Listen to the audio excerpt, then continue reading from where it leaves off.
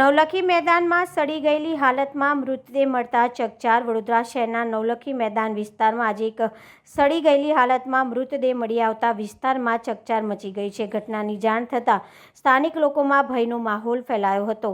માહિતી મળતા જ પોલીસ તાત્કાલિક ઘટના સ્થળ પર પહોંચી હતી અને તપાસ શરૂ કરી। મૃતદેહ ખૂબ જ ડિકમ્પોઝ હાલતમાં હોવાના કારણે તે પુરુષનો છે કે મહિલાનો તેની ઓળખ હજુ સુધી થઈ શકી નથી। પોલીસે મૃતદેહને પોસ્ટમોર્ટમ માટે મોકલી આપ્યો છે, જેથી વધુ વિગતો બહાર આવી શકે। પ્રાથમિક રીતે માનવામાં આવે છે કે મૃતદેહ અહીં પડ્યા ઘણા દિવસો વીતી ગયા હોય।